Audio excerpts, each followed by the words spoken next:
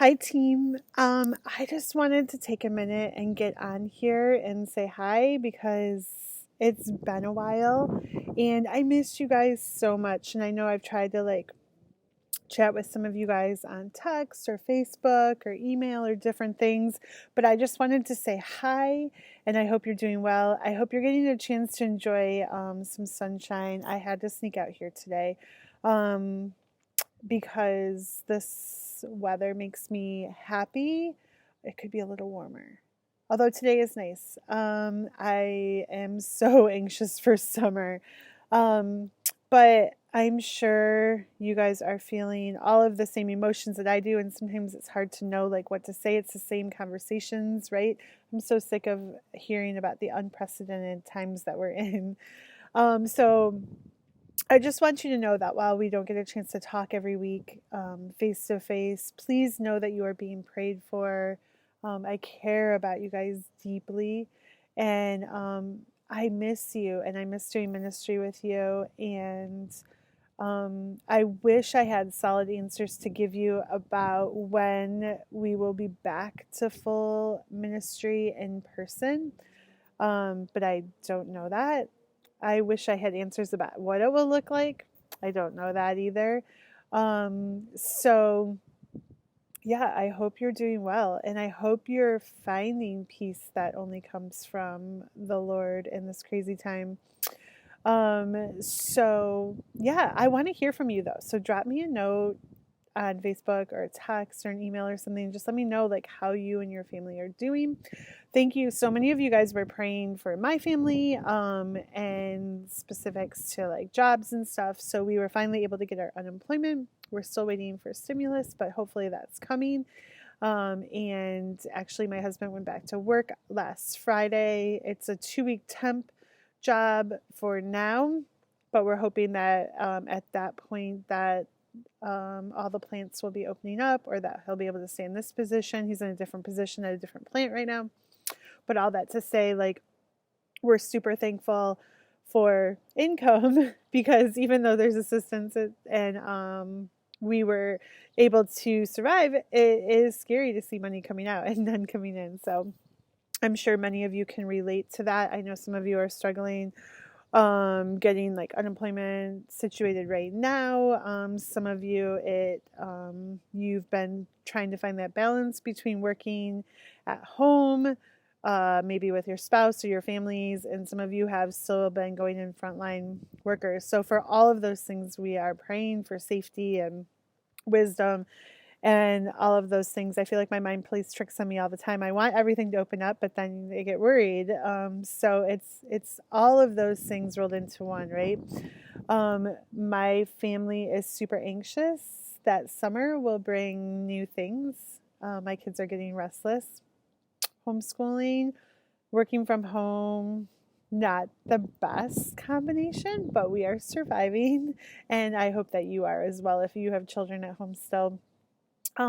I just wanted to encourage you to make sure that you are staying on track with Pastor Brett's teaching. The services have been amazing. The worship is super powerful. So I pray that you are watching those online. Lots of different opportunities and places to watch those. And if you are in need of anything at all, please, please, please reach out to either me or through Northridge. All of that. But if you haven't had a chance to connect with the kids, I know many of you have, but if you haven't had an opportunity, there are Zoom calls every Friday night. This Friday night is a special Mother's Day one, so we're asking kids to all bring their moms or grandmas or someone special.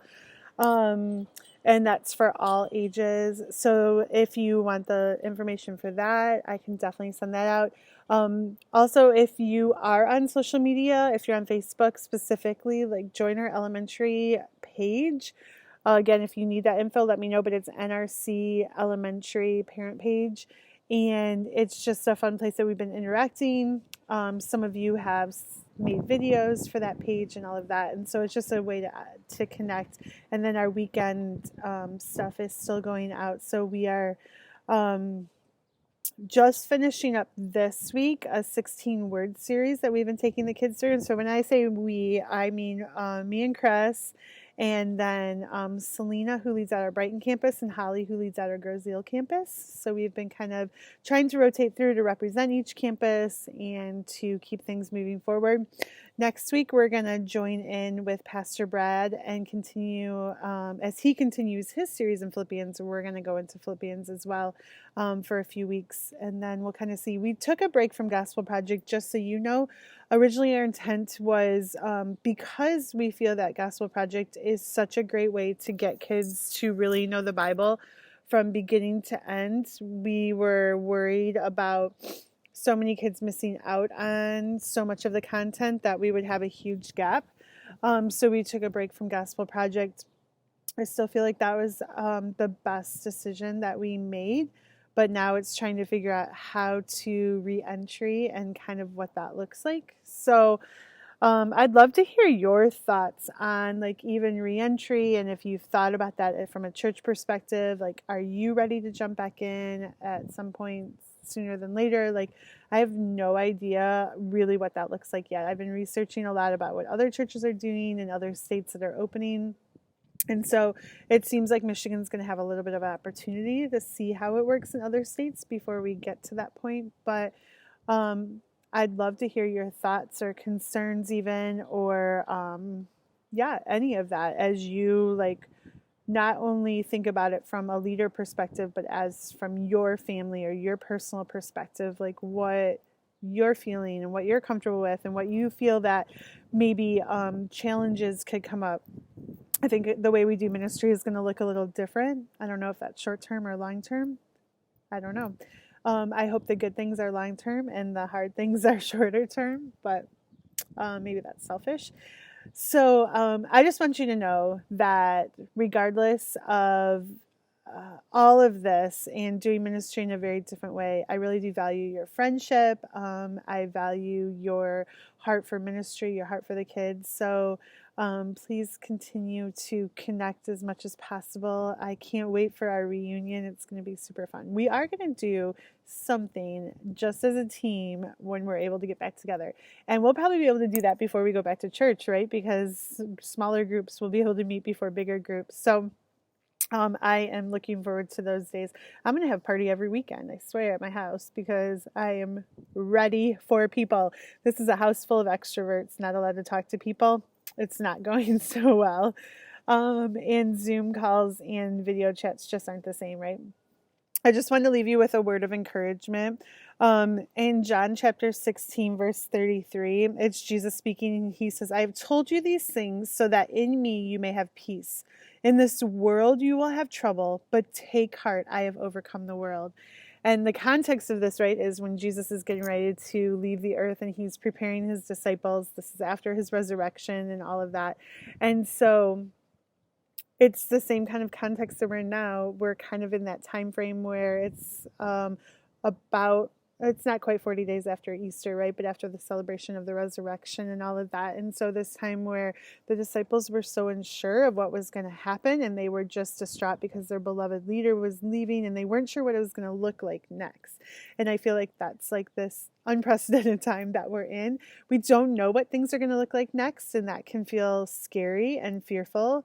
I'm not even like a super fearful person typically, and I do have, fears about what the future will look like or what's happening, or like I was saying, my mind plays tricks on me. Most of the time I'm like, let's just be with our people, but then I worry about like, what if my children get sick, or what if I get sick, or what if my parents get sick. So it's that whole like battle internally. And so I feel like the verse again, when in verse 33, when he wraps it up, he's like, I've told you these things. So we know all of these things about Jesus. And so he says, so that you may have peace in this world, even though there's trouble, he has overcome it. He's already overcome it. We already know the end, right? Like, why do we worry about the end? We already know it. It's scary in our minds and in our process, but he has overcome this world. And so today I'm just praying for solace and peace for you in the terms of the big world and the big thoughts and the scariness of all that's coming. And then I just pray for peace and solace, just like in the little moments, right? In the moments where I get to be alone without children arguing around me. They're probably all arguing inside because I told them to lock the door and not bother me while I was out here. So I'm hoping that you find peace in those moments, peace with your family. We've had a lot of laughter, a lot of fun. We've played a lot of fun games and everything. It's fun to see my kids are getting along better sometimes. Peace and solace as a church. It's fun to see the body of Christ come together without being in a building.